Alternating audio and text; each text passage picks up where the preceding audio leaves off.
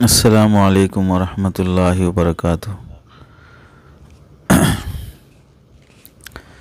آج جس عنوان پر آپ حضرات کے سامنے کچھ دیر بات کرنی ہے، قرآنی خواتین کے واقعات اور ان سے ملنے والے اسباق، جن میں حضرت یوسف علیہ السلام کی والدہ محترمہ کا تذکرہ اور پھر اس سے ہم کو موجودہ زمانے میں جو سبق حاصل ہو رہا ہے۔ پہلے مختصراً حضرت یوسف علیہ السلام کی والدہ کا تعارف، پھر تفصیلی واقعہ اور اس کے اسباق۔ حضرت یوسف علیہ السلام کی والدہ کا نام راحیل ذکر کیا گیا ہے۔ آپ کو پوری دنیا کا 1/3 حسن اللہ تعالیٰ نے عطا فرمایا تھا۔ پوری دنیا کا 1/3 خوبصورتی اور حسن اللہ نے نوازا تھا۔ بعض کتابوں میں یہ بھی لکھا ہے کہ مصر میں داخلے کے وقت حضرت یعقوب علیہ السلام کے ساتھ جو خاتون تھیں وہ حضرت یوسف علیہ السلام کی خالہ تھیں۔ ان کا نام لیا تھا، اور حضرت یوسف علیہ السلام کی حقیقی والدہ کا انتقال بنیامین کے ولادت کے وقت ہو چکا تھا، لیکن قرآن کے الفاظ سے معلوم ہوتا ہے کہ وہ عورت حضرت یوسف علیہ السلام کی سگی ماں ہی تھیں، یعنی وہ مصر میں داخل ہوتے وقت باحیات تھیں۔ تفسیر قرطبی میں ہے حضرت یعقوب علیہ السلام جب خاندان کے ساتھ مصر تشریف لے گئے، تب اللہ تعالیٰ نے حضرت راحیل کو ان کی قبر سے اٹھا کر زندہ کیا۔ پھر انہوں نے حضرت یعقوب علیہ السلام کے ساتھ حضرت یوسف علیہ السلام کے سامنے سجدہ کیا، تاکہ حضرت یعقوب علیہ السلام کا دیکھا ہوا خواب سچا ہو جائے۔ یہ تفسیری روایت ہے، باقی حقیقت اللہ ہی بہتر جانتے ہیں، یقینی اور پکی بات نہیں ہے۔ مصر داخلے کے وقت حضرت یوسف علیہ السلام کے والدین کے ساتھ ساتھ پوتے پوتیاں، نواسے نواسیاں بھی مصر میں داخل ہوئے تھے۔ اس کا تذکرہ تفسیر کی مختلف کتابوں میں جیسے قرطبی ہے، روح المعانی ہے، معارف القرآن ہے، اس میں ملتا ہے۔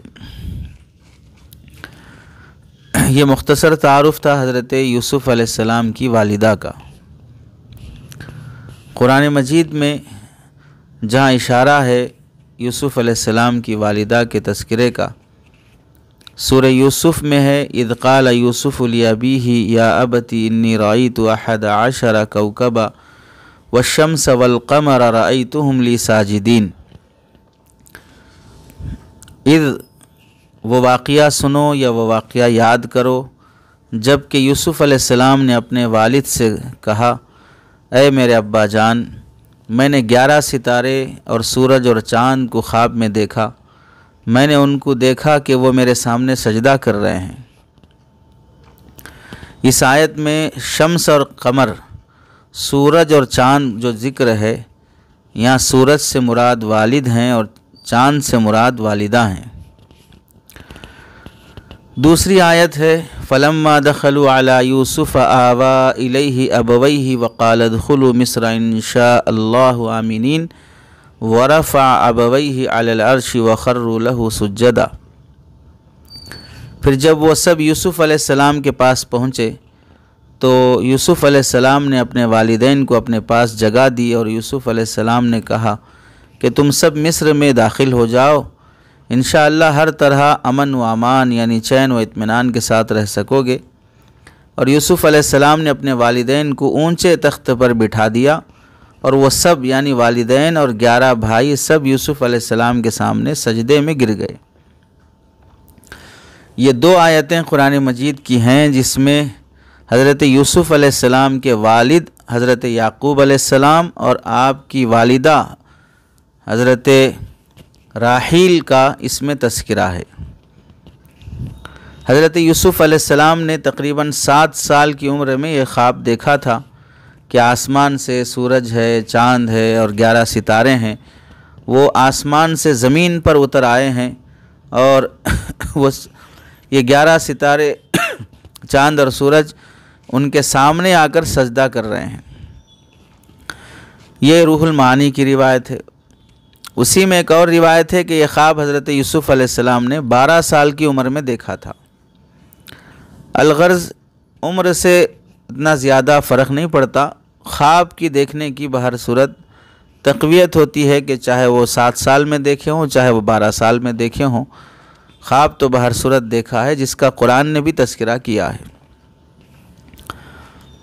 یہاں پر ایک درمیان میں ایک بات ہم کو سمجھنی ہے کہ یوسف علیہ السلام نے جن 11 ستاروں کو دیکھا ہے، دراصل وہ 11 بھائی ہیں جو حضرت یعقوب علیہ السلام کی اولاد ہیں۔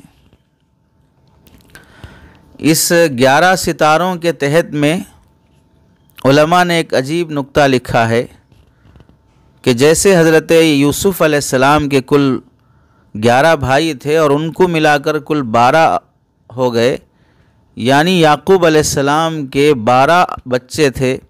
اس سے معلوم ہوا کہ گھر میں زیادہ بچوں کا ہونا یہ نبیوں کا طریقہ ہے۔ حضرت یعقوب علیہ السلام کے گھر میں پورے 12 بیٹے تھے۔ آج کل اگر کوئی سنے کہ آپ کے کتنے بچے ہیں، اگر وہ کہے کہ پورے الحمدللہ 1 درجن ہیں، تو ہو سکتا ہے سامنے والے کو ہارٹ اٹیک آ جائے، منہ کھول دے، دماغ اس کا حیران پریشان ہو جائے۔ 12 بچے کیسے ہو گئے؟ یعنی ناممکن ممکن کیسے ہو گیا؟ امپاسبل پاسبل کیسے ہو گیا؟ ایسا سمجھ جاتے ہیں لوگ۔ اولاد کا زیادہ ہو جانا خوف اور ڈرا دینے کا ذریعہ ہے۔ یعنی بچے ہمارے کو ہوئے ہیں اور الحمدللہ سب صحت مند ہیں، اچھے ہیں، ماں باپ بھی صحت مند ہیں، ڈر سننے والے کو ہو رہا ہے۔ جیسے حضرت مولانا عاقل حسامی صاحب رحمۃ اللہ علیہ فرمایا کرتے تھے کہ ڈلیوری ہماری گھر والی کی ہو رہی ہے، درداں کسی اور کو ہو رہے ہیں۔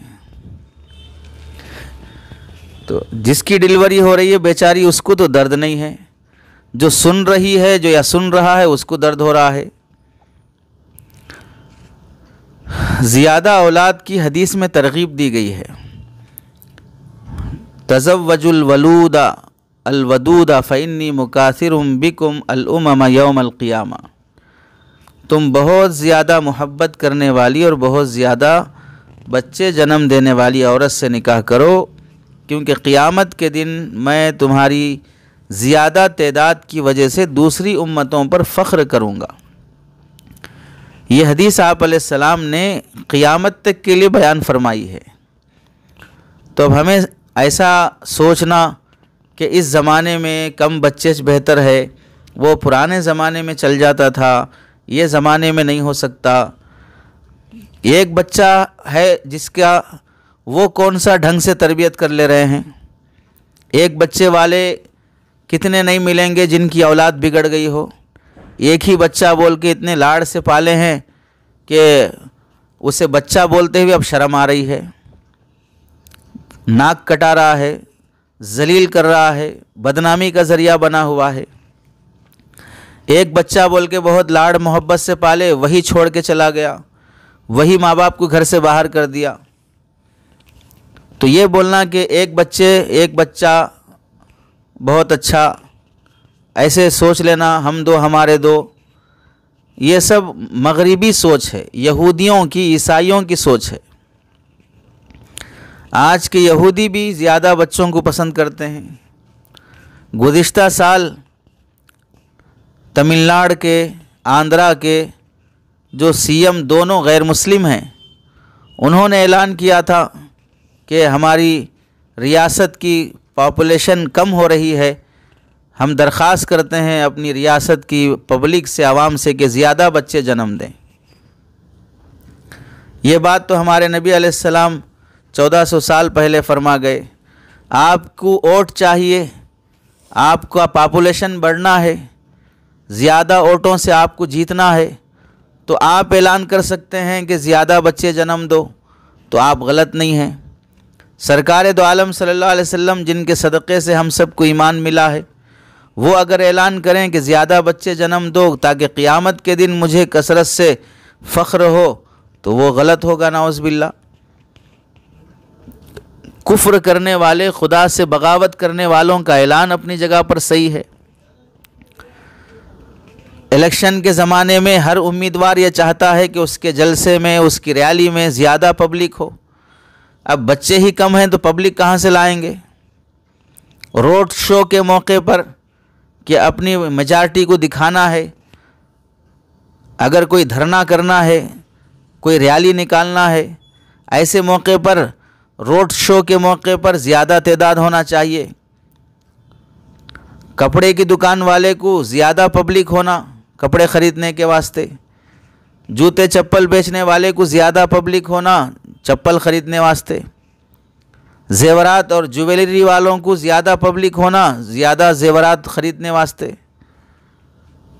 سبزی فروٹ بیچنے والوں کو زیادہ گاہک ہونا سبزی فروٹ زیادہ خریدنے واسطے،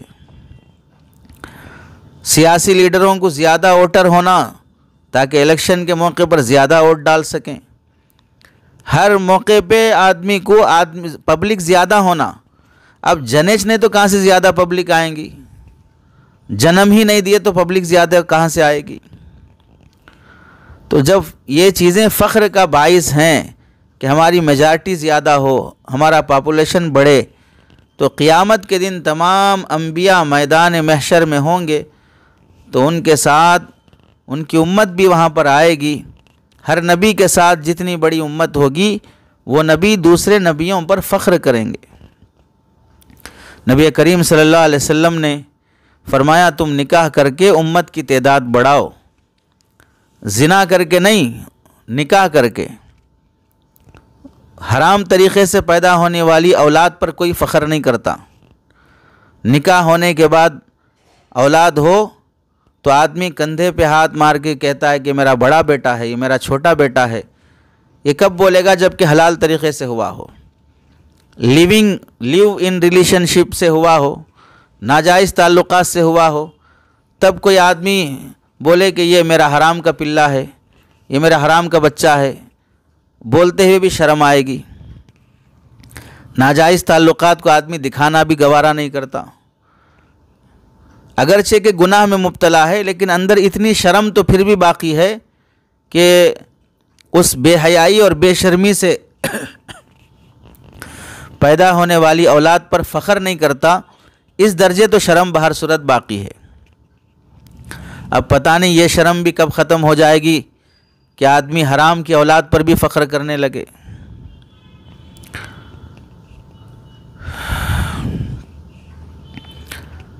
بعض اللہ کے نیک بندوں کے بارے میں آتا ہے کہ نکاح کے موقع پر جب وہ کسی کا نکاح پڑھاتے، نکاح کے بعد دولہا اور دلہن کو جو دعائیں دیتے ہیں ان میں بڑے اہتمام سے دعا دیا کرتے تھے، جعلنا اللہ تعالی ویاکم ممن یباہی بہ رسول اللہ یوم القیامہ، اللہ تعالی ہمیں بھی اور تمہیں بھی ان لوگوں میں سے بنائے جن پر کل قیامت کے دن اللہ کے رسول کو فخر ہوگا، کثرت اولاد کی وجہ سے، زیادہ بچوں کی وجہ سے۔ یہ ایک ترغیبی معاملہ ہے۔ اس کا مطلب یہ ہے کہ اگر اللہ نہ کرے کسی خاتون کو کسی بیماری کی وجہ سے، کسی کمزوری کی وجہ سے، یا اللہ ہی کی طرف سے تقدیر کا فیصلہ کچھ ایسا ہوا کہ ان کے گھر میں ایک ہی بچہ ہو، ایک ہی بچی ہو، 2-3 ہی اولاد ہو، تو اس پر مایوس نہیں ہونا چاہیے۔ اس پر ٹیسٹ ٹیوب بیبی کے ذریعے سے، IVF کے ذریعے سے، غیر شرعی اور غلط راستوں سے اولاد پیدا کرنے کی حماقت نہیں کرنی چاہیے۔ اللہ جیسے یَهَبُ لِمَن یَشَاءُ إِنَاثًا وَيَهَبُ لِمَن یَشَاءُ الذُّکُورَ، آگے فرمایا وَيَجْعَلُ مَن یَشَاءُ عَقِیمًا، جہاں لڑکے لڑکیاں دینا اس کا انعام ہے، وہیں پر کسی کو اولاد سے محروم کر دینا اس کی حکمت ہے۔ وہ دے تو نعمت ہے، نہ دے تو حکمت ہے۔ کیا پتہ ہونے والی اولاد ماں باپ کے لیے کفر کا، فسق اور فجور کا، نافرمانی رب کا ذریعہ بن جائے، بچے کی محبت میں ماں باپ خدا کے باغی بن جائیں۔ ایسی اولاد ہونے سے تو نہ ہونا ہی بہتر ہے۔ اس لیے جس کو ہو وہ اس ترغیب میں داخل ہے، جس کو نہ ہو تو وہ پریشان ہونے کی ضرورت نہیں ہے۔ حضرت نبی کریم صلی اللہ علیہ وسلم کی زندگی بھی دیکھیں کہ آپ علیہ السلام کے یہاں بھی زیادہ اولاد رہی ہے۔ زیادہ کسے کہتے ہیں؟ 3 سے آگے بڑھ جائیں تو سمجھیں کہ زیادہ ہے۔ شریعت میں جمع کا اطلاق اس پر ہوتا ہے۔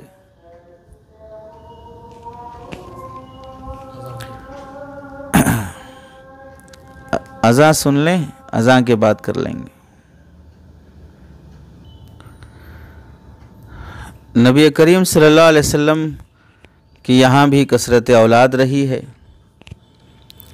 آپ دیکھیں حضرت خدیجہ رضی اللہ تعالیٰ عنہ سے آپ کے 2 صاحبزادے اور 4 صاحبزادیاں پیدا ہوئیں۔ 2 صاحبزادے جو حضرت خدیجہ رضی اللہ تعالیٰ عنہ سے ہوئے ہیں، ایک حضرت قاسم، دوسرے حضرت طاہر رضی اللہ تعالیٰ عنہما۔ حضرت قاسم کے نام سے ہی آپ کی کنیت ابو القاسم ہے، اور حضرت طاہر کے متعلق یہ کہا جاتا ہے کہ آپ کا نام عبداللہ تھا۔ طیب اور طاہر دونوں حضرت عبداللہ کے لقب ہی تھے، اور یہ دونوں صاحبزادے بچپن ہی میں وفات پا گئے، یعنی زیادہ مہینے بھی نہیں زندہ رہ سکے۔ تیسرے صاحبزادے آپ علیہ السلام کے حضرت ابراہیم رضی اللہ تعالیٰ عنہ ہیں، جو 18 مہینے کے آس پاس باحیات رہے۔ حضرت ماریہ قبطیہ رضی اللہ تعالیٰ عنہ جو آپ علیہ السلام کی باندی تھیں، ان سے پیدا ہوئے، تو کل 3 لڑکے ادھر ہو گئے، اور 4 صاحبزادیاں جو حضرت خدیجہ رضی اللہ تعالیٰ عنہ سے ہی تھیں۔ حضرت فاطمہ ہیں، حضرت زینب ہیں، حضرت ام کلثوم ہیں، حضرت رقیہ ہیں۔ یہ 4 صاحبزادیاں بڑی عمر بھی پائی ہیں، جوان بھی ہوئیں، شادیاں بھی ہوئیں، اولاد بھی ہوئی۔ تو زیادہ تعداد نبیوں کی گویا کہ وہ خوبی ہے، وہ مسلمان کے لیے ترغیب کی بات ہے۔ شریعت مطہرہ میں نکاح کے من جملہ جو مقاصد ہیں، ان میں سے ایک اہم مقصد اولاد ہونا بھی ہے، چونکہ دنیا کا چلنے کا سلسلہ وہ حلال طریقے سے ہی چلنا ہے، اور حلال طریقے سے چلنے کے لیے نکاح ہونا چاہیے۔ بغیر نکاح کے اگر سلسلہ چلتا ہے دنیا میں انسانوں کے آنے کا، تو وہ حرام نسل ہے، اور اس سے دنیا نہیں چلے گی، اس سے دنیا ایک جہنم اور عذاب بن جائے گی۔ اولاد کی کثرت گویا کہ شریعت میں مطلوب بھی ہے، محمود بھی ہے، شریعت چاہتی بھی ہے، پسند کرتی ہے۔ اسی لیے زیادہ بچے جنم دینے والی عورت سے نکاح کی ترغیب ہے۔ اگر کسی کو ایسا خطرہ ہو، خیال ہو کہ زیادہ بچے ہوں گے تو ان کو کھلائیں گے کہاں سے، پالیں گے کیسے، کون کھلائے گا، کہاں آج کی مہنگائی میں اتنے بچے پال سکتے ہیں، اس وجہ سے یہ سوچ کر کہ ہم کھلا نہیں سکتے، پال نہیں سکتے، یہ سوچ کر فیملی پلاننگ کرنا حرام اور ناجائز ہے۔ اس وجہ سے کہ گویا کہ تم نے سوچ لیا کہ تم خدا ہو، رزاق ہو، روزی دینے والے تم ہو، تم کھلا رہے ہو، یہ گویا کہ اللہ کی خدائی میں بے ادبی ہے۔ ایسے اگر کوئی حکمران، کسی ملک کا بادشاہ، وہ یہ سوچتا ہے کہ اگر میری ملک کی پبلک بڑھ جائے گی اور پاپولیشن بڑھ جائے گا تو میں یہاں ان کو راشن کارڈ ہے، فلاں کارڈ ہے، ہیلتھ کارڈ ہے، اس سب کے ذریعے سے میں کہاں ان کو راحت پہنچا سکتا ہوں، ایسا اگر کوئی سوچتا ہے اور یہ سوچ کر وہ قانون نافذ کرتا ہے اور پیدائش کو، پاپولیشن کو کم کرنے کا نظام اور قانون بناتا ہے، تو وہ بھی خداوندی نظام میں دخل اندازی ہے۔ اللہ تعالیٰ جتنی انسانوں کو پیدا فرمائیں گے ان کی روزی کا انتظام بھی کریں گے، اور برتھ کنٹرول کا سسٹم سوائے انسانوں کے بد دماغوں کے کسی جانور کو آج تک خیال نہیں آیا کہ ہمارا پاپولیشن کم کرنا چاہیے. نہ کبھی مرغی نے سوچا، نہ کبھی گدھے نے سوچا، نہ کبھی کتے نے سوچا، نہ کبھی شیر نے سوچا، نہ کبھی بلی نے سوچا. وہ سب اپنی مرضی سے اپنے حساب سے جتنے پیدا ہونے انہیں پیدا ہو رہے ہیں. نہ ان کو سیزرنگ کی ضرورت پڑ رہی ہے، نہ کسی ہاسپٹل میں ڈلیوری کی ضرورت پڑ رہی ہے. غذائیں جیسے کمزور ہوتی گئیں انسانوں کی، جانوروں کی بھی کمزور ہو گئی. جانور کو سے آج کل گھی کھا رہے ہیں، کاجو بادام کھا رہے ہیں، ان کے بھی وہی غذائیں جو آج کل انسانوں کے ہیں.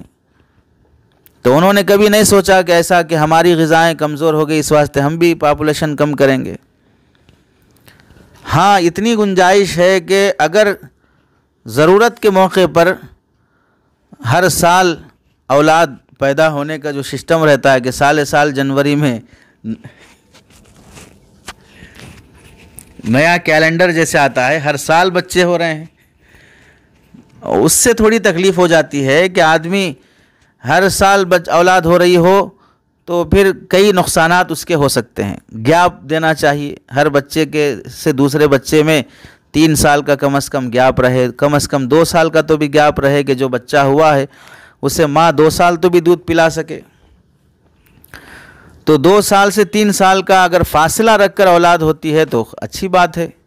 اس سے زیادہ بھی اگر کوئی فاصلہ رکھنا چاہتے ہیں، گیپ رکھنا چاہتے ہیں، شریعت اس کی بھی اجازت دیتی ہے. شریعت میں مستقل وجوہات بیان کیے گئے ہیں کہ کن کن وجوہات میں آپ گیپ رکھ سکتے ہیں. جیسے نمبر 1، عورت اتنی زیادہ کمزور ہے کہ ڈلیوری اور حمل کا بوجھ اٹھا نہیں سکتی اور ڈلیوری کی تکلیف جھیلنے کی طاقت نہیں ہے. بچے کی ڈلیوری کے بعد بہت زیادہ کمزوری لاحق ہو جائے گی اور عورت نہ بیٹھ سکتی ہے، نہ چل سکتی ہے، چکر آ جاتی ہے، کھا نہیں سکتی ہے. ایسے کمزوری کے موقع پر شریعت اجازت دیتی ہے کہ آپ گیپ رکھیں 2 سال، 3 سال، 5 سال تک، تاکہ جس سے اولاد ہونا ہے اس ماں کو، اس عورت کو طاقت تو ملے. وہ اولاد کے چکر میں خود مر رہی ہے، ایسا تو نہیں ہونا چاہیے. تو کمزوری ایک بڑا سبب ہے جس میں عورت کی کمزوری کے پیش نظر جتنے سال چاہیں گیپ دیا جا سکتا ہے اور اس میں کوئی گناہ بھی نہیں ہوگا. اور ایسے ہی دوسری وجہ ہے 2 بچوں کے درمیان میں اس وجہ سے گیپ رکھنا کہ بچے کی ماں بچے کی صحیح دیکھ بھالی کر سکے، اسے وقت پہ کھانا کھلانا، نہلانا، صاف ستھرا رکھنا، اس کی تربیت کرنا. یہ سب ایک بچے کو پوری توجہ دے گی تو وہ بچہ صحیح تربیت پائے گا، صحیح پروان چڑھے گا. ایک بچے کو کھانا کھلا کے سلا کے لٹائے نہیں، دوسرا وہاں سے پکار رہا ہے، دوسرے کو لٹائے نہیں کھلائے نہیں، تیسرا پکار رہا ہے، تیسرا نہیں ہوا چوتھا پکار رہا ہے. ٹرافک پولیس ہے کیا یہ؟ 4 طرف سے بھی ہارن بجا رہے بولے ایسا. تو بیچاری کیسے تربیت کرے گی؟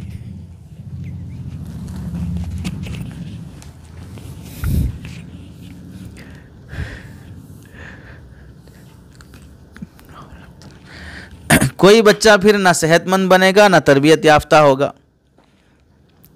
پھر گھر بھی بکھرا رہتا ہے، وہ کپڑے ادھر ادھر پڑے رہتے ہیں، برتن پڑے رہتے ہیں، کھانا ادھر ادھر بکھرا رہتا ہے. اب اگر شوہر ڈانٹے گا، تنبیہ کرے گا، ساس سسرے ڈانٹیں گے تو یہی کہے گی کس کس کو سنبھالوں، کس کس کو دیکھوں؟ تم دیکھو ایک کو، میں ایک کو دیکھتی ہوں. تب وہ بولے گا میرے سے کچھ بھی نہیں ہوتا، تم ہی سنبھالو. تب وہاں پر شوہر کی عقل ٹھکانے آنا چاہیے کہ جنم دینے کی تو خواہش رکھتے ہو، تربیت کرنے کے لیے ساتھ دینا نہیں چاہتے ہو. تو بعض مرتبہ ایسا بھی ہوتا ہے کہ ایک بچہ ابھی دودھ پینے کے قابل ہے، دوسرا بچہ حمل قرار ہو گیا تو پہلے بچے کے لیے دودھ پینا اب نقصان دہ ہو جاتا ہے.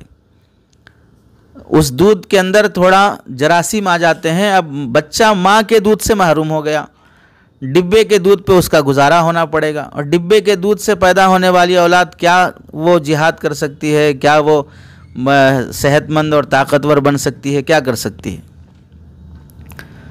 تیسری وجہ ہے کہ اگر عورت بد اخلاق ہے، سخت مزاج ہے، خاوند اسے طلاق دینا چاہتا ہے، ایسے موقع پر بھی چاہیے کہ وہ بچہ پیدا ہونے سے یا ڈلیوری اور حمل قرار دینے سے اپنے آپ کو روک لے. یعنی ایسے دوائی استعمال کرے یا کوئی ایسی صورت اختیار کرے جس سے صحبت تو ہو لیکن حمل قرار نہ پائے. وجہ کیا ہے کہ جب بد اخلاقی اور رشتہ ٹوٹ جانے کا یا توڑ دینے کا قوی گمان ہے، اس کے بعد اگر بچہ ہوگا تو پھر مسائل اور کھڑے ہو جائیں گے۔ بچے کی وجہ سے رشتہ داریوں میں بعض مرتبہ لڑائی جھگڑوں تک کی نوبت آ جاتی ہے، جھیلتے رہنا پڑتا ہے مجبوراً۔ چوتھی صورت فقہا نے لکھی ہے کہ اگر ہم لمبے سفر میں ہوں یا دشمنوں کے ملک میں ہوں جہاں پر ہمارے کوئی فیسلٹیز نہیں ہے یا جان کا خطرہ ہے، اور وہاں سے ہم کو نکلنا ہے تو ہم دونوں سیف سائڈ سے نکل سکتے ہیں، بھاگ سکتے ہیں، اور لیکن چھوٹے بچے کو لے کر بھاگنا یا بچ کر نکلنا بہت مشکل ہوگا۔ جیسے کہ لاک ڈاؤن میں آپ نے دیکھا ہوگا، بچے کو اٹھا کر کندھے پہ لے کر گود میں لے کر پیدل 100 کلومیٹر چلتے چلتے بعض مرتبہ چھوٹے بچوں کی جان چلی گئی۔ آج سوڈان میں دیکھ لیں جو ظلم ہو رہا ہے چھوٹے بچوں پر، ایک ایک خطرہ پانی کے لیے، ایک ایک نوالے کے لیے ترسایا جا رہا ہے، اور ظلم کرنے والے ظالم کوئی یہودی نہیں ہے، عیسائی نہیں ہے، بلکہ ظالم دبئی جیسے مسلم کنٹری کے جلاد اور مسلمان حکمران ہی سوڈان کے معصوموں پہ ظلم کر رہے ہیں۔ تو جہاں اپنی جان کا خطرہ ہو یا اپنے اولاد کی صحیح تربیت نہ ہونے کا مسئلہ ہو تو وہاں پر بھی ہم کم بچے کر سکتے ہیں۔ پانچویں صورت فقہا نے لکھی ہے، مسلسل بچے ہونے کی صورت میں بچوں کی تربیت میں بہت حرج ہو سکتا ہے۔ کسی بچے کو ہم صحیح ٹائم نہیں دے سکتے، اس کا نہ ہوم ورک دیکھ سکتے، نہ اس کی صبح شام دیکھ سکتے، ہر ایک کو دیکھنا پڑتا ہے، تو ایسے موقعوں پر بھی گیپ دینا چاہیے۔ اتنا گیپ کہ 4 سال 5 سال کا گیپ رہے گا تو آپ سمجھ لیں 4 سال کا اگر گیپ رکھیں تو 15-20 سال میں 3-4 بچے ہی ہو پائیں گے، 5 سال کا اگر گیپ رکھیں گے تو یہ گیپ رکھ کر اولاد جنم دینا شریعت میں اجازت ہے، لیکن مکمل طور پر آپریشن کرا لینا جس سے بچہ دانی نکلوا دیا جائے یا نس بندی کرا دی جائے کہ اب بچے ہی پیدا نہ ہوں، بس جو ہو گئے، اس طرح بالکل ختم کرا دینا یہ شریعت میں جائز نہیں ہے۔ چنانچہ حدیث کی کتابوں میں بھی لکھا ہے فَإِنَّ الْإِخْتِصَاءَ فِي الْآدَمِ حَرَامٌ، آدمی کو ایسا آپریشن کرا لے کہ اب اس کے ذریعے سے اولاد نہ ہو سکے، یہ بھی حرام ہے، اور عورت کو ایسا آپریشن کرا لے جس سے عورت کو بچے نہ ہو، یہ بھی حرام ہے۔ ہاں بعض وہ موقع ہیں جسے آپ بھی جانتے ہیں کہ ڈاکٹر بعض مرتبہ ایسے مشورے دیتے ہیں جس میں مفتی صاحب کو بھی ماننا پڑتا ہے کہ بڑی جان کا خطرہ ہے، اس کے بعد ہم کچھ نہیں کر سکتے، آگے اولاد ہوگی، حمل ہوگا تو بیوی کی موت یقینی ہے۔ جیسے ہندوستان میں 4 آپریشن اگر ہو جائیں عورت کے تو 5ویں کے لیے ڈاکٹر تیار نہیں ہوتے، الا ماشاءاللہ کوئی ہوں گے جو 5ویں کے لیے بھی ایک لمبے گیپ کے بعد تیار ہو جاتے ہیں۔ تو یہ ہے اولاد کو زیادہ جنم دینے اور گیپ دینے اور پھر کب نس بندی جائز ہے، اس سلسلے میں وضاحت۔ دوسری بات یہ ہے کہ یہاں پر حضرت یوسف علیہ السلام نے خواب میں دیکھا کہ سورج، چاند اور ستارے آپ کو سجدہ کر رہے ہیں۔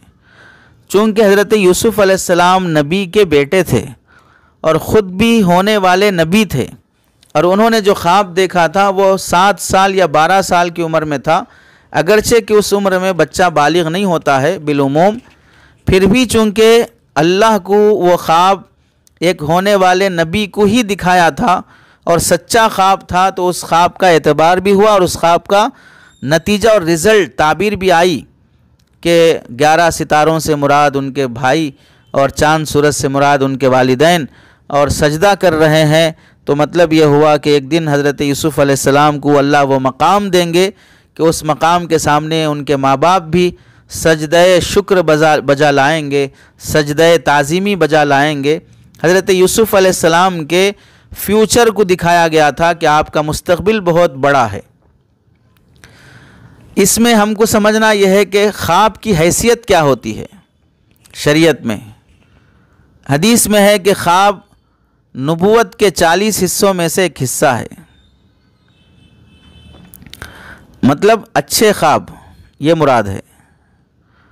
ہر کسی کا خواب یہ شریعت میں اہمیت نہیں رکھتا ہے، اسی لیے علماء نے خواب کی 3 صورتیں لکھی ہیں۔ پہلا ہے کہ انسانی خیالات ہیں، انسان دل بھر میں جو سوچتا ہے وہی رات کو خواب میں دیکھتا ہے۔ ایسے خوابوں کا کوئی اعتبار نہیں ہے، دن میں کام اچھے کرے تو رات میں خواب اچھے پڑتے، دن میں کام الٹے سیدھے کرے تو رات میں بھی خواب الٹے سیدھے ہی پڑیں گے۔ دوسرا ہے شیطانی خیالات، وہم۔ شیطان بعض مرتبہ ذہن میں طرح طرح کے وسوسے ڈالتا ہے، وہی وسوسے بعد آدمی جب زیادہ سوچنے لگتا ہے تو وہی وسوسے رات میں خواب کی شکل میں دکھتے ہیں۔ یہ دونوں قسمیں خواب کی محض وہم ہے، گمان ہے، اس کی کوئی حیثیت نہیں رہتی ہے۔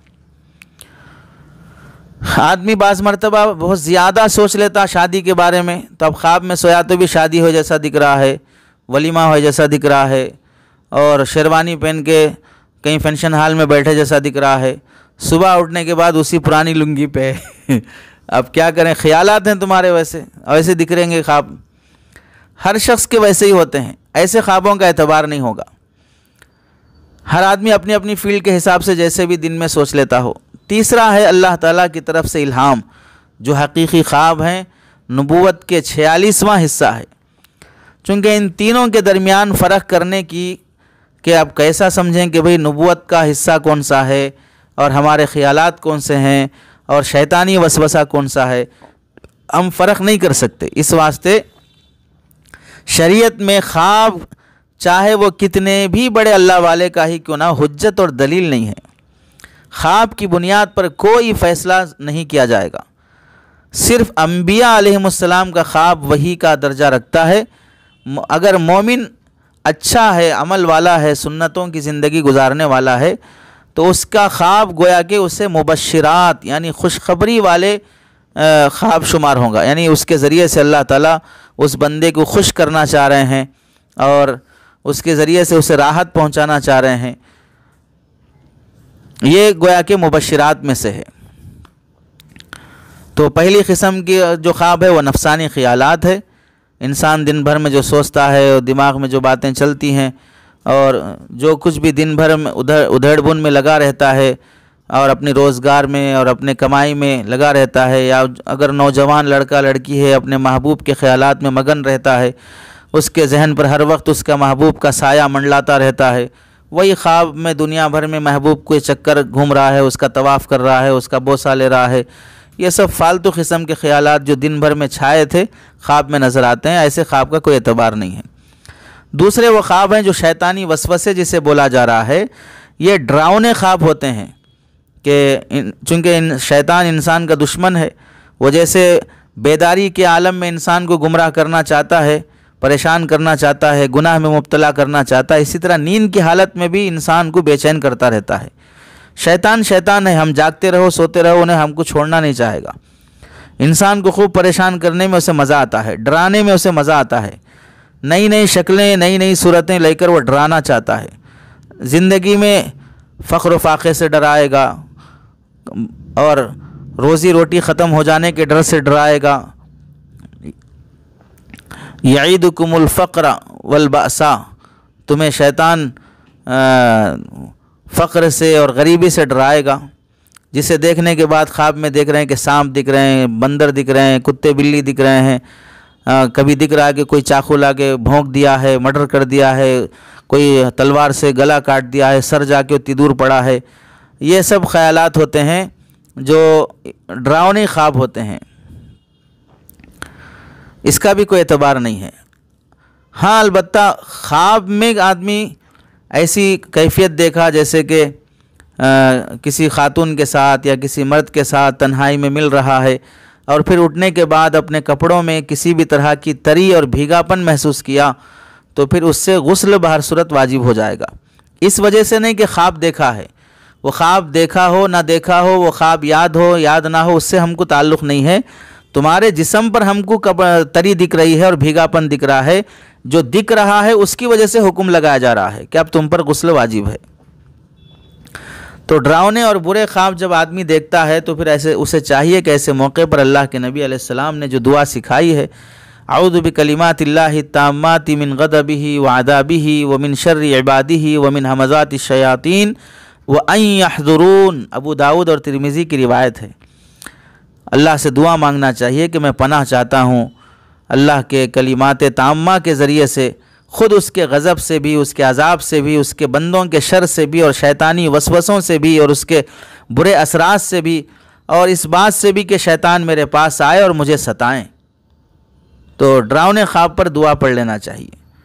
اور تیسرا جو خواب ہے جس کی ابھی وضاحت کی گئی تھی، جو اللہ کی طرف سے بشارت ہوتی ہے، اپنے بندوں میں سے اللہ جس کو چاہتے ہیں وہ دکھاتے ہیں، جس سے دل مطمئن ہوتا ہے، اس میں اشارے اور علامات ہوتی ہیں، اور ان چیزوں کو مشکل کر کے دکھاتے ہیں جو آئندہ پیش آنے والی ہوتی ہیں، یا جن کا تعلق مومن کے روحانیت سے ہوتا ہے، جس سے دیکھنے کے بعد بندے کا دل خوش ہو جاتا ہے، حق تعالیٰ سے اچھا اعتقاد بڑھ جاتا ہے، امید بڑھ جاتی ہے۔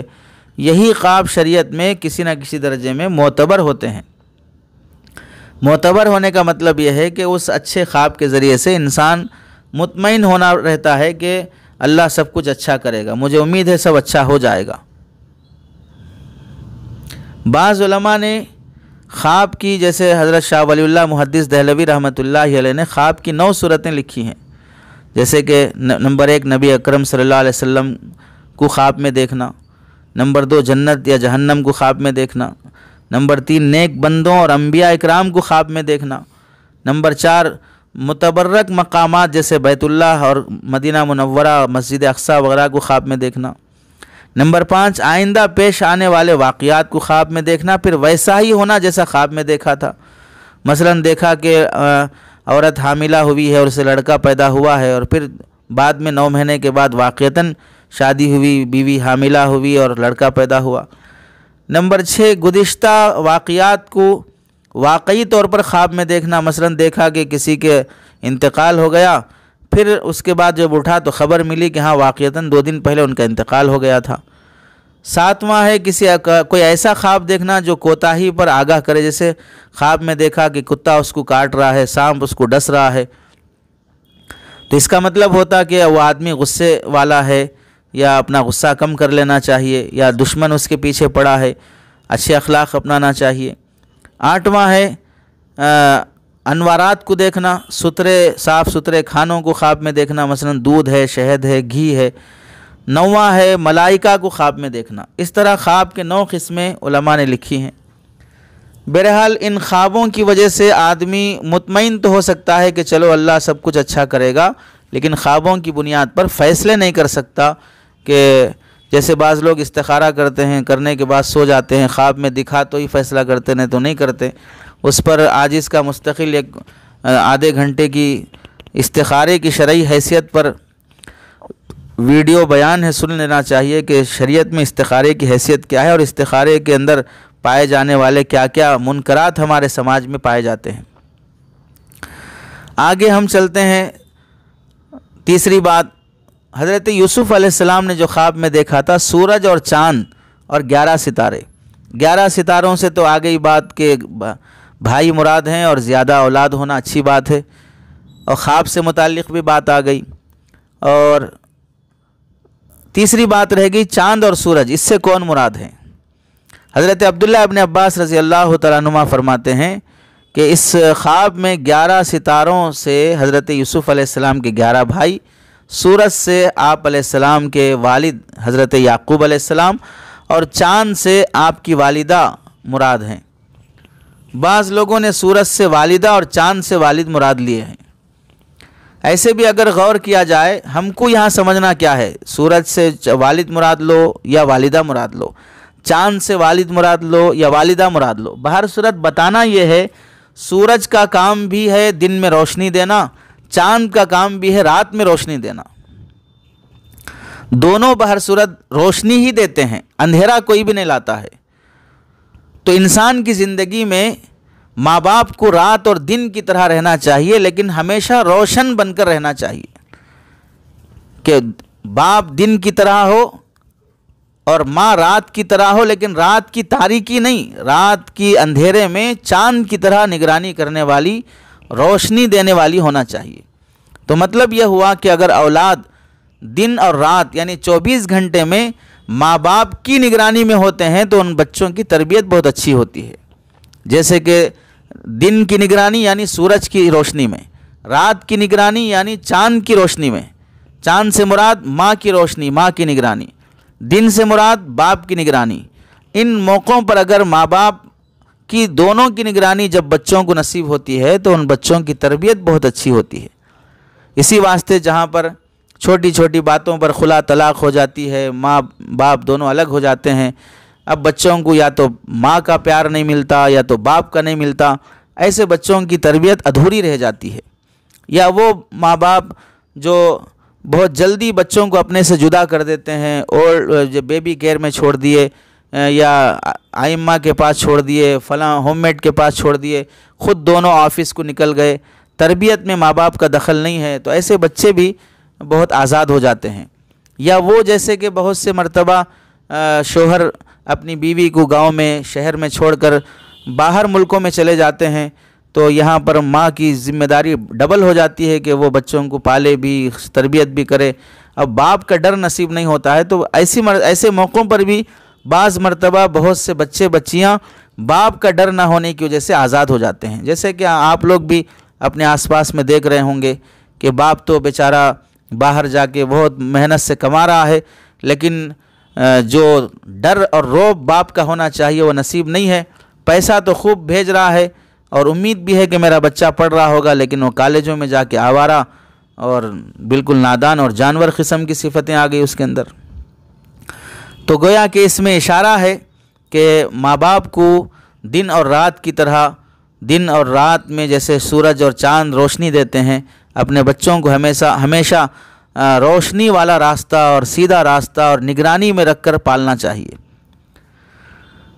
چوتھی بات اس سلسلے میں یہ ہے کہ حضرت یوسف علیہ السلام کی جو والدہ تھیں راحیل نام کی، اللہ نے انہیں دنیا کا 1/3 حسن دیا تھا۔ ظاہر سی بات ہے اس حسن کی طرف بھی اشارہ کرتے ہوئے اللہ نے چاند بھی چونکہ حسین ہے تو ماں بھی حسین ہے حضرت یوسف علیہ السلام کی، اس حسن کی طرف اللہ نے گویا کہ اشارہ کیا کہ جس چاند کو تم خواب میں دیکھے ہو وہ تمہاری ماں ہے۔ چاند بھی بہت خوبصورت ہے اور ماں بھی بہت خوبصورت ہے، اور جب ایسی خوبصورت ماں سے جو اولاد ہوتی ہے عام طور سے وہ بھی بڑی خوبصورت ہوتی ہے۔ تو اسی واسطے سب جانتے ہیں کہ حضرت یوسف علیہ السلام بہت خوبصورت بچے تھے، بہت خوبصورت نبی تھے۔ اس سے ایک طرف اشارہ بھی ہوا کہ رشتہ کرنے میں خوبصورتی دیکھنا نہیں چاہیے، لیکن خوبصورتی کا اثر بہر صورت پڑتا ہے۔ اور ایک آخری بات اس سلسلے میں گویا کہ اشارہ تھا خواب دیکھنے میں کہ 11 ستارے اور چاند سورج سجدہ کر رہے ہیں، مطلب یہ ہے کہ ایک دن ایسا آئے گا اللہ آپ کو وہ مقام اور مرتبہ دے گا کہ یہ سب آپ کے خاندان کے لوگ آپ کا اکرام کریں گے، آپ کی عزت کریں گے۔ آگے حضرت یوسف علیہ السلام کی والدہ کے بارے میں مفسرین نے 2-3 باتیں لکھی ہیں۔ یعقوب علیہ السلام کے ماموں کا جو نام ہے، ماموں کا لابان تھا۔ جس زمانے میں یعقوب علیہ السلام کے ماموں یہاں رہتے تھے، اس زمانے میں اپنے ماموں کی بڑی لڑکی جن کا نام لیا ہے، ان سے پہلے نکاح ہوا، پھر بعد میں ماموں کی دوسری بیٹی راحیل سے نکاح ہوا۔ اس زمانے میں دو بہنوں سے ایک ساتھ نکاح کرنا جائز تھا گویا کہ۔ تو یعقوب علیہ السلام نے پہلے لیا نامی خاتون سے نکاح کیا جن سے 10 بیٹے ہوئے، پھر انہی کی دوسری بہن راحیل سے نکاح کیا جن سے 2 بیٹے ہوئے، اور دونوں بہنیں ایک ہی حضرت یعقوب علیہ السلام کی نکاح میں تھیں، اور اس زمانے کی شریعت میں 2 بہنوں سے ایک ساتھ نکاح کرنا جائز تھا، تو شریعت کے مطابق وہ نکاح درست ہوا۔ ہماری شریعت میں چونکہ ایک ساتھ 2 بہنوں کو جمع کرنا حرام ہے، قرآن مجید ارشاد فرماتا ہے وَأَن تَجْمَعُوا بَيْنَ الْأُخْتَيْنِ إِلَّا مَا قَدْ سَلَفَ، اور یہ بھی حرام ہے کہ تم 2 بہنوں کو ایک ساتھ نکاح میں جمع کرو، ہاں مگر جو کچھ پہلے ہو چکا ہے آیت اترنے سے پہلے اللہ اسے معاف کر دیں گے۔ چنانچہ اب اس امت میں 1400 سال سے لے کر اب تک کہیں بھی کوئی بھی آدمی اگر 2 بہنوں کو ایک ساتھ نکاح میں رکھتا ہے تو دونوں بہنوں سے رات گزارنا حرام اور ناجائز ہے۔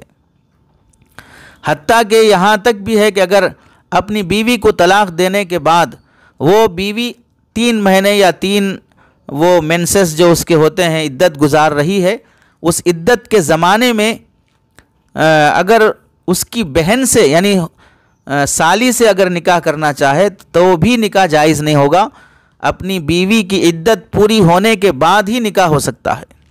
اگر عدت کے درمیان نکاح کرے گا تو نکاح ہی نہیں ہوگا۔ بعض مفسرین نے لکھا ہے کہ بنیامین کی ولادت کے زمانے میں حضرت یوسف علیہ السلام کی والدہ کا انتقال ہو گیا تھا، اس لیے جس وقت حضرت یوسف علیہ السلام نے خواب دیکھا اس وقت ان کی والدہ زندہ نہیں تھیں۔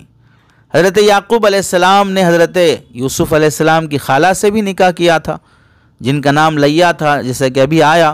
خالہ بھی چونکہ ماں کے درجے میں ہوتی ہے، عرف اور محاورے میں باپ کی دوسری بیوی کو بھی ماں ہی کہا جاتا ہے، اگرچہ کہ سوتیلی ماں کہا جاتا ہے، اس لیے یہاں پر ماں کے ذریعے سے تعبیر کیا گیا ہے۔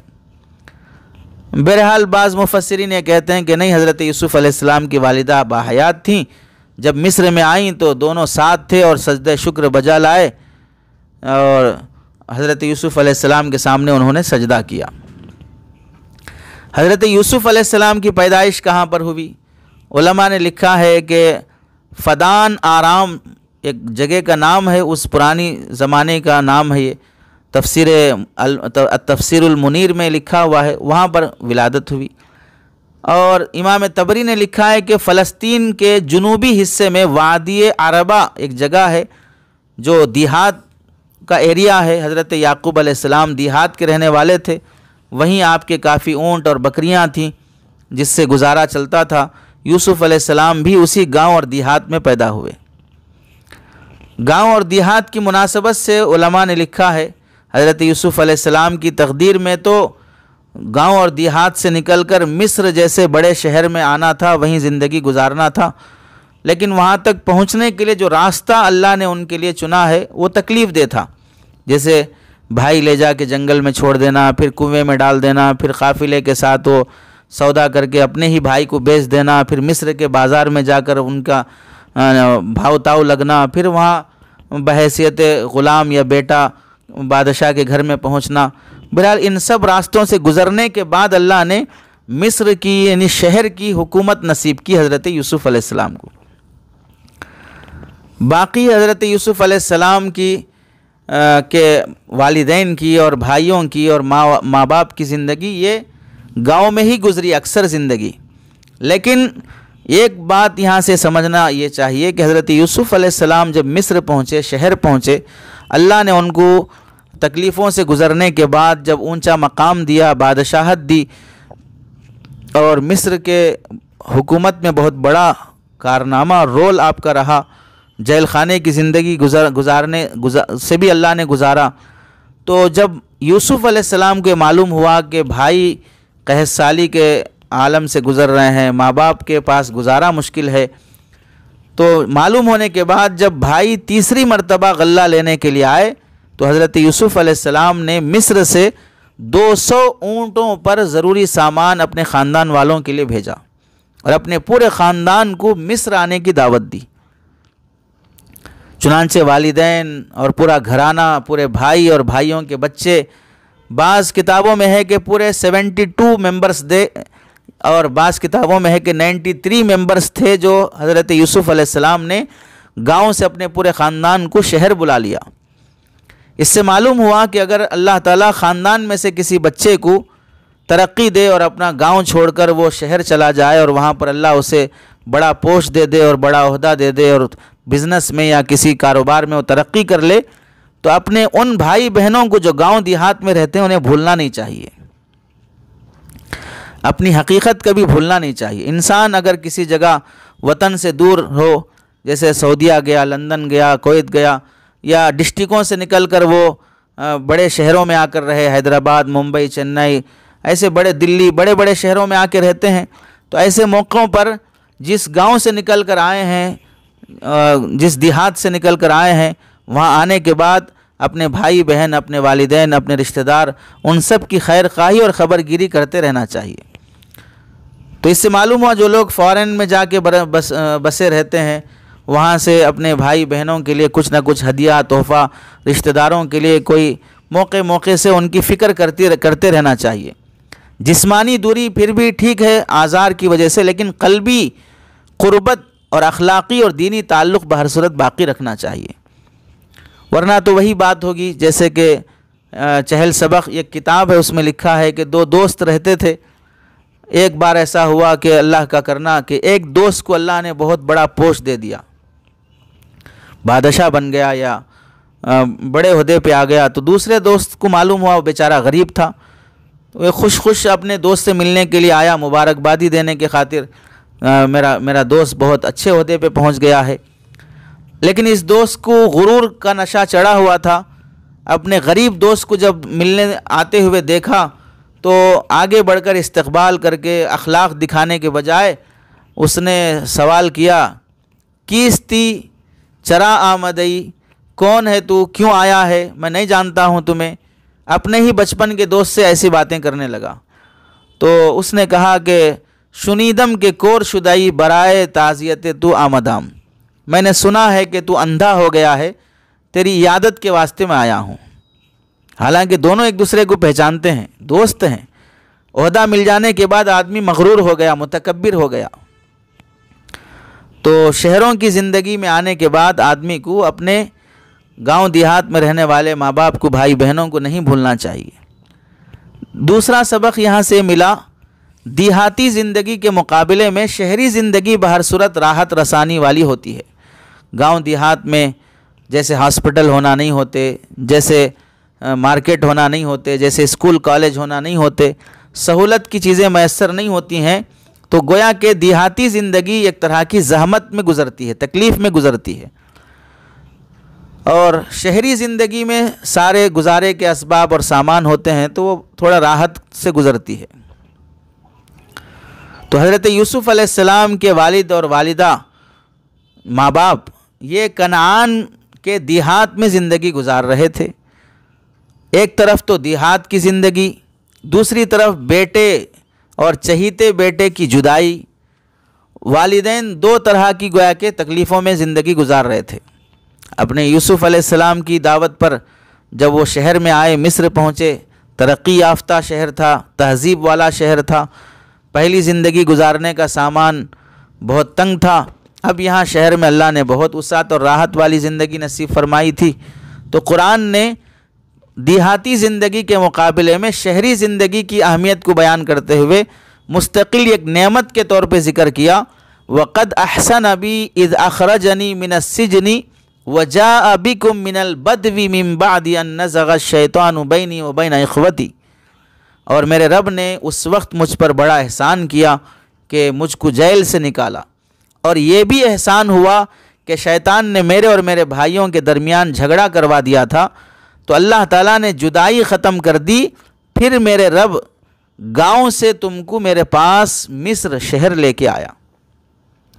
تو یہاں پر احسن ابی، اللہ نے جو احسان کیا ہے، ان احسانوں میں ایک احسان یہ بھی حضرت یوسف علیہ السلام ذکر کر رہے ہیں. گاؤں سے شہر کو لانا بھی اللہ کا ایک احسان ہے. تو ہم میں سے جو بھی لوگ گاؤں دیہات کے تھے اب شہروں میں آ کے کام کر رہے ہیں تو انہیں اللہ کا شکر ادا کرنا چاہیے.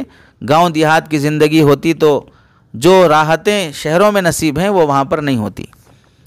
لیکن ایک بنیادی چیز یہاں یہ بھی سمجھنا چاہیے کہ گاؤں دیہات کی زندگی عام طور سے ماں باپ کی قربانی پر ہوتی ہے. ماں باپ بہت قربانی دیتے ہیں اپنے بچوں کو پڑھانے کی خاطر، وہ شہر بھیجتے ہیں، جاب کی خاطر، کمائی کی خاطر شہر بھیجتے ہیں، اور وہ خود گھریلو زندگی میں بہت تنگی سے گزارتے ہیں. اور بالخصوص گاؤں دیہات کی زندگی میں باپ کے مقابلے میں ماں کو تکلیف زیادہ ہوتی ہے، عورت کو تکلیف زیادہ ہوتی ہے گاؤں کی زندگی میں. حضرت یوسف علیہ السلام کے یہاں بھی ایسے ہی تھا کہ قحط سالی کی وجہ سے تنگی بھی تھی، اور اس تنگی میں کھانا بنانا ہو، پکانا ہو، گزارا کم کھانا ہو، بچوں کو کھلانا ہو، شوہر کو کھلانا ہو، تو عورتیں عام طور سے زیادہ ایثار کرتی ہیں. بعض مرتبہ ناشتہ نہیں کرتی ہیں، بھوکی رہ جاتی ہیں. کھانا کم بنا ہے تو کہہ دیتی ہیں کہ آج مجھے بھوک نہیں ہے، آج کھانے کو من نہیں کر رہا ہے، میں کھا چکی ہوں. وہ اپنے بیٹوں کو اور مردوں کو زیادہ کھلانے میں اخلاق دکھاتی ہیں، یہ ان کی خوبی ہے. لیکن تکلیف تو بہر صورت ان کو بھی ہوتی ہے. مصر شہر آنے سے راحت ملتی ہے گاؤں کے مقابلے میں. تو حضرت یوسف علیہ السلام کی والدہ کو گاؤں کی زندگی سے شہر کی زندگی آنے میں راحت زیادہ انہیں نصیب ہوئی، کیونکہ تکلیف بھی زیادہ انہیں کو اٹھانی پڑی تھی. بہت سی مرتبہ والدین کو پہلے بہت تکلیف اٹھانی پڑتی ہے، جس کی برکت سے اولاد کو بعد میں بڑی راحت نصیب ہوتی ہے، لیکن افسوس یہ ہے کہ اولاد والدین کی ان قربانیوں کو یاد نہیں کرتے ہیں۔ وہ یہ سوچتے ہیں کہ ہمارے ماں باپ نے ہم کو کیا دیا ہے، وہ یہ نہیں سوچتے کہ گاؤں دیہات کی مشقتیں برداشت کر کے، کھیتی باڑی کی مصیبتیں برداشت کر کے تمہیں بڑے بڑے شہروں میں رہنے کے قابل تمہارے ماں باپ نے ہی بنایا ہے۔ اگر وہ بھی خواہشات کی خاطر شہر آ جاتے تو پتہ نہیں شہر کی زندگی برداشت نہیں کر سکتے، تمہیں بھیک مانگنے پہ مجبور ہونا پڑتا، واچ مین کی نوکری بھی نصیب نہ ہوتی۔ انہوں نے سوکھا روکھا کھایا، چٹنی کھٹا کھایا اور گزارا کم کیا اور بچا بچا کے تمہیں پڑھنے کے قابل بنایا، تب جا کے تم شہر میں رہنے کے قابل بنے ہو۔ یہ ماں باپ کی بڑی قربانی ہے، بڑا احسان ہے، جسے ہر بچے کو یاد رکھنا چاہیے۔ دیہاتی زندگی کے مقابلے میں شہری زندگی میں ایک فرق یہ بھی ہے کہ دیہات کے رہنے والوں میں تھوڑی سی مزاجاً سختی رہتی ہے۔ یہ اصول نہیں ہے، بعض اچھے بھی ہوتے ہیں، نرم دل بھی ہوتے ہیں۔ حدیث میں آیا ہے، نبی کریم صلی اللہ علیہ وسلم نے فرمایا، من سکن البادیۃ جفا، جس نے دیہات میں رہنا اختیار کیا وہ سخت مزاج ہو جاتا ہے۔ ایک دیہات کے رہنے والے صحابی اللہ کے نبی علیہ السلام سے عرض کیے کہ آپ لوگ اپنے بچوں کو پیار کرتے ہو؟ اللہ کی قسم میں نے کبھی اپنی اولاد کو پیار نہیں کیا۔ یہ دیہات کے رہنے والے صحابی بول رہے۔ اس پر اللہ کے نبی علیہ السلام نے ارشاد فرمایا، میں کیا کروں اگر اللہ تعالیٰ نے تمہارے دل سے رحم نکال لیا ہو تو۔ اس سے معلوم ہوا کہ سخت مزاجی ہے، مار پیٹ وغیرہ، زبان کا سلیقہ مندی، پاکی صفائی، رہن سہن، بہت سی چیزوں میں فرق پڑتا ہے گاؤں دیہات اور شہر کی زندگی کے مقابلے میں۔ اس سے گاؤں دیہات کے رہنے والوں کو ناراض نہیں ہونا چاہیے، ہر شخص ویسا نہیں ہوتا ہے۔ اب تو دنیا گلوبل ولیج بن چکی ہے، یوٹیوب اور میڈیا کے ذریعے سے ہر کوئی سلیقہ بھی سیکھ رہا ہے اور بد سلیقہ بھی ہو رہا ہے۔ جلالین شریف کے حاشیے میں ہے، من یرید اللہ بہ خیرا ینقلہ من البادیۃ الی الحاضر، اللہ تعالیٰ جس کے ساتھ بھلائی کا ارادہ کرتے ہیں تو اس کو دیہات سے شہر کی طرف منتقل کر دیتے ہیں۔ یہ بھی بڑی نعمت ہے، ہمیں بھی پہلی بار پڑھنے کو ملا ہے۔ بہت سی جگہوں پر تجربہ بھی ہے، مشاہدہ بھی ہے علماء کا کہ گاؤں کے رہنے والوں میں گاؤں کی آبادی جس طرح محدود اور کم ہوتی ہے، اسی طرح ان کی سوچ بھی محدود اور تنگ ہوتی ہے۔ سوچ کی تنگی اور اخلاق کی کمی اور آداب اور زندگی گزارنے کے طور طریقے صاف نظر آتے ہیں۔ اس کی بنسبت بہت سے شہروں میں رہنے والے لوگوں میں دلی وسعت رہتی ہے، اگرچہ کہ یہ قاعدے کلیہ نہیں ہے، بعض اچھے لوگ گاؤں دیہات میں ہیں اور بعض خراب لوگ ہیں جو شہروں میں ناک میں دم کیے ہوئے ہیں۔ کہنا یہ ہے کہ حضرت یوسف علیہ السلام کے والد اور والدہ گاؤں کی زندگی گزارے تھے، بڑی مشقت والی زندگی تھی، اللہ نے اس سے چھٹکارا دلا کر شہر والی زندگی نصیب کی۔ یہ اللہ کی بہت بڑی نعمت ہے، اگر کسی کو نصیب ہو تو اس پر شکر ادا کرنا چاہیے۔ اور اس میں ایک بات یہ بھی ہے کہ حضرت یوسف علیہ السلام کو شہر کی زندگی ملنے کے بعد آپ نے کبھی اپنے اخلاق نہیں چھوڑے، اپنی شرافت نہیں چھوڑی۔ یوسف علیہ السلام کو جب اطلاع ہوئی کہ والد اور والدہ پورے قافلے کے ساتھ اپنے گاؤں کنعان کے اس دیہات سے نکل کر مصر شہر آ رہے ہیں تو آپ نے بڑا استقبالیہ خیمہ بنایا، اس کو مزین کیا۔ حضرت یوسف علیہ السلام اور مصر کے لوگ اور 4000 سپاہی استقبالیہ سلامی پیش کرنے کے لیے گاؤں سے باہر نکلے۔ خود مصر کا بادشاہ بھی حضرت یوسف علیہ السلام کے ساتھ ان کے خاندان کا استقبال کرنے کے لیے آ گیا۔ حضرت یوسف علیہ السلام نے اپنے والد اور اپنے والدہ کو اپنے پاس رکوایا اور اپنے شاہی تخت پر ان کو بٹھایا۔ اس میں معلوم ہوا بیٹا چاہے اپنی تقدیر سے، محنت سے یا ماں باپ کی دعا سے یا اللہ کے فضل سے، بہر صورت کوئی بھی وجہ ہو، بڑا عہدہ پالے تو بیٹا بیٹا ہی بن کر رہنا چاہیے ماں باپ کے سامنے، باپ کا بھی باپ نہیں بننا چاہیے۔ باپ کے سامنے بیٹا ہی بن کر رہے، باپ کا باپ نہ بنے۔ یوسف علیہ السلام کو اللہ نے اتنا اونچا مقام اور منصب دیا، پھر بھی اپنے والدین کا اکرام کرنا نہیں بھولا۔ ایک بیٹا ہونے کے ناطے اپنے اونچے مقام کو بھول کر اور چھوڑ کر خود ایک عام آدمی کی طرح اپنے والدین کا پورا استقبال کیا، اکرام کیا۔ بیٹا بیٹا ہی بن کر رہے اور والدین کے ساتھ پوری شرافت اور خدمت کے ساتھ پیش آئے۔ اس سے ہم کو سبق ملتا ہے۔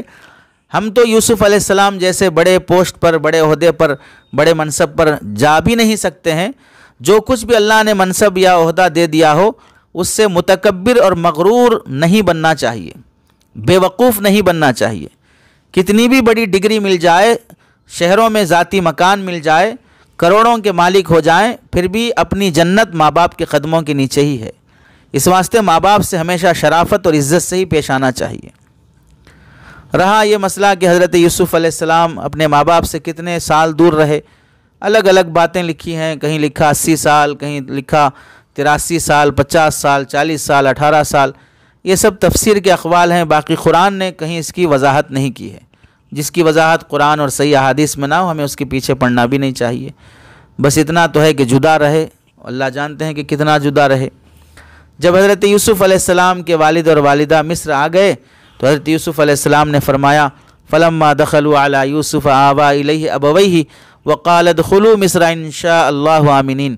جب وہ سب یوسف علیہ السلام کے پاس پہنچے تو یوسف علیہ السلام نے اپنے والدین کو اپنے پاس جگہ دی اور یوسف علیہ السلام نے کہا تم سب مصر میں داخل ہو جاؤ، انشاءاللہ ہر طرح امن و امان، چین و اطمینان کے ساتھ رہو گے۔ یعنی ایک گاؤں چھوڑ کر شہر آنے کے بعد آدمی ہیبت میں رہتا ہے، پتہ نہیں کیسا ہوگا، کیا ہوگا، ہم دیکھے نہیں شہروں کی زندگی، یہ بے چینی جو رہتی ہے، کچھ بے چینی کی ضرورت نہیں ہے، اطمینان سے رہو، کوئی خطرہ نہیں، کوئی تکلیف نہیں ہوگا۔ گویا کہ تسلی والے الفاظ حضرت یوسف علیہ السلام نے کہے۔ تو اجنبی آدمی کو جب کہیں حیران پریشان ہو تو اسے اطمینان دلانا چاہیے اور پریشان کرنے والی باتیں نہیں کرنا چاہیے۔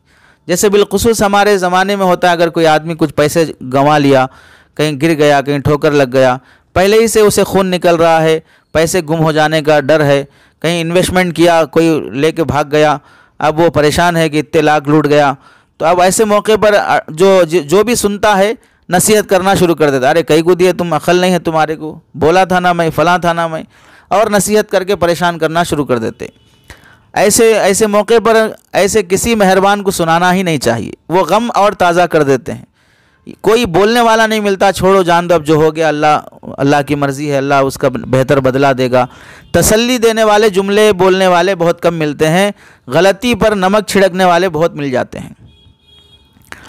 بچپن کا جو خواب تھا اس کی تعبیر پوری ہوئی کہ حضرت یوسف علیہ السلام کے والدین اور بھائی ورفع ابویہ علی العرش وخروا لہ سجدا، یوسف علیہ السلام نے اپنے والدین کو اونچے تخت پر بٹھایا اور سب حضرت یوسف علیہ السلام کے سامنے سجدے میں گر گئے۔ یعنی یوسف علیہ السلام کی عزت اور اونچا مرتبہ دیکھ کر والدین اور سب گھر والوں نے اللہ تعالیٰ کے سامنے سجدے شکر بجا لایا۔ حضرت عبداللہ ابن عباس رضی اللہ تعالیٰ عنہما فرماتے ہیں کہ اللہ تعالیٰ کے سامنے شکر کا یہ سجدہ کیا گیا تھا۔ عبادت کا سجدہ تو ہر شریعت میں صرف اللہ تعالیٰ ہی کے لیے جائز ہے، عبادت کے طور پہ کسی کے سامنے جھکنا جائز نہیں ہے۔ البتہ تعظیم کے لیے، عزت اور احترام کے لیے سجدہ کرنا کسی کے سامنے، کسی عام انسان کے سامنے، جیسے حضرت یوسف علیہ السلام کے سامنے جھکے تھے، تو پچھلی شریعتوں میں یہ جائز تھا کہ جیسے ہم جھک کر سلام کرتے ہیں، مصافحہ کرتے ہیں، ویسے عام اس زمانے کی شریعتوں میں جھک کر سجدہ کرنے کی بھی اجازت تھی، لیکن آہستہ آہستہ وہ تعظیم کے طور پر کیا جانے والا سجدہ بھی شرک کا ذریعہ بننے لگا، تو اس امت میں وہ سجدہ بھی حرام کر دیا گیا۔ اب اللہ کے علاوہ کسی کو کسی کے سامنے سجدہ کرنے کی اجازت نہیں ہے، نہ قبر کے سامنے، نہ پیر کے سامنے، نہ ماں باپ کے سامنے، نہ استاذ کے سامنے، کسی کے سامنے جھکنے کی اجازت نہیں ہے، صرف جھکنا اللہ کے سامنے ہوگا۔ ہاں، اس کی جگہ پر ایک نعمت اللہ نے ابھی بھی یہ باقی رکھی ہے، جیسے حضرت یوسف علیہ السلام کے والدین نے اپنے بیٹے کی ترقی دیکھی، بھائیوں نے اپنے چھوٹے بھائی کی ترقی دیکھی، تو وہ سجدہ تعظیمی بجا لائے تھے۔ آج بھی اگر اپنے بھائی کو ترقی میں دیکھیں یا اپنے اولاد کو ترقی میں دیکھیں تو اللہ کے سامنے ہمیں سجدہ کرنا چاہیے، سجدہ تعظیمی کے بجائے سجدہ شکر آج بھی کرنا چاہیے۔ جب دیکھا کہ بچہ پاس ہو گیا ہے، جاب مل گئی ہے، شادی ہو گئی ہے، نوکری لگ گئی ہے، تجارت مل گئی ہے، جیسے حضرت یوسف علیہ السلام کے ماں باپ نے سجدہ کیا تھا تعظیم کا، آج بھی ہمیں اللہ کے سامنے سجدہ شکر بجا لانا چاہیے، یعنی اپنی اولاد کی ترقی کا شکر ماں باپ کو کرنا چاہیے، اپنے چھوٹے بھائیوں کی ترقی کا شکر، اپنے رشتہ داروں کی ترقی کا شکر اللہ کے سامنے رشتہ داروں کو کرنا چاہیے۔ لیکن افسوس یہ ہے آج کے زمانے میں حسد کی بیماری ایسی ہے، بھائی بھائی کی ترقی کو نہیں دیکھ سکتا، رشتہ دار کی ترقی کو نہیں دیکھ سکتا۔ یہ شریف خاندان کے ہونے کی علامت نہیں ہوتی ہے۔ گھٹیا قسم کے لوگ نہ خود ترقی کرتے ہیں، نہ کسی کی ترقی کو دیکھ کر وہ برداشت کر سکتے ہیں۔ اور ایک نصیحت یہ بھی اسے معلوم ہوئی کہ جب بھی کوئی ترقی پہ جائے تو اسے جھک جانا چاہیے اللہ کے سامنے۔ ترقی پر گیا یہ سمجھ کر فخر اور غرور میں مبتلا ہو کر دوسروں کی اولاد کو حقیر نہیں سمجھنا چاہیے۔ اللہ نے آپ کے بیٹے کو بڑا عہدہ دے دیا، بڑا پوسٹ دے دیا، ذاتی مکان دے دیا، تو اپنے بچے کی اس ترقی کی وجہ سے دوسروں کے بچوں کو حقیر نہیں سمجھنا چاہیے، دوسروں کے بچوں کے ساتھ اخلاق سے پیش آنا چاہیے۔ اگر اللہ نے نوازا ہے تو اپنے اس نعمت میں سے ان کو بھی کچھ دینا چاہیے، یہ اس نعمت کا شکر ہوتا ہے۔ اولاد، آخری نصیحت اس واقعے سے یہ ہے، حضرت یوسف علیہ السلام جب مصر آئے اور اپنے والدین کو اونچے تخت پر بٹھایا، عزت دی، اکرام دیا، اس سے یہ معلوم ہوا کہ بچوں کی ترقی کے پیچھے ماں باپ کی دعائیں بہت ہوتی ہیں، ماں باپ کا رونا دھونا کڑنا بہت ہوتا ہے۔ اس واسطے جب بچے ترقی پر جائیں ان کی پہلی ذمہ داری یہ ہوتی ہے کہ وہ اپنے ماں باپ کو راحت پہنچانے کی کوشش کریں۔ ماں باپ غریبی میں رہ کر، تکلیف میں رہ کر، گاؤں دیہات میں رہ کر اور پریشانیاں جھیل کر بچوں کو ترقی پر لائے ہیں، اچھا پڑھائے ہیں، ڈگریاں دلائے ہیں، اونچے کالجوں میں پڑھائے ہیں، تو اب یہ بچے جب اچھے پوسٹ پہ آ جائیں تو اب ان کی ذمہ داری ہوتی ہے، جن ماں باپ نے اپنی جوانی، اپنا گزارا اور اپنی خواہشیں ہماری خاطر قربان کر دی ہیں، اب مجھے کچھ سیلری آ رہی ہے، میں کچھ کما رہا ہوں، بجائے اپنی عیاشی میں، اپنے فونوں میں، گاڑیوں میں، ہوٹلوں میں اڑانے کے بجائے، لڑکی بازوں کے پیچھے لڑکی باز بننے کے بجائے، بد نصیب بننے کے بجائے ماں باپ کو راحت پہنچانے کی کوشش کرے۔ والدین تکلیف اٹھا کر بچوں کو اس منصب پہ لائے ہیں، تو اب بچوں کی ذمہ داری ہے جب وہ بوڑھے ہو جائیں تو بڑھاپے میں ان کو تکلیف نہ پہنچائے، ان کی راحت کا ذریعہ بنے۔ آخر یہ ہوا کہ حضرت یوسف علیہ السلام، ان کی والدہ اور ان کے دو بھائی وغیرہ سب مصر میں ہی زندگی گزارتے رہے، اللہ کو جتنا منظور تھا وہیں زندہ رہے، اور فلسطین ہی میں حضرت یوسف علیہ السلام کی والدہ کا انتقال ہوا، وہیں پر فلسطین کے علاقے میں حضرت یوسف علیہ السلام کی والدہ کی قبر ہے۔ اللہ تعالیٰ سے دعا ہے کہ اللہ تعالیٰ ان مقدس شخصیات کی زندگی سے جو کچھ بھی ہمیں سبق لینا چاہیے، عملی زندگی میں تبدیلی جس طرح کی ہمارے آنی چاہیے، اللہ تعالیٰ وہ ہدایت ہم سب کو نصیب فرمائے۔ آمین۔ وآخر دعوانا الحمد للہ رب العالمین۔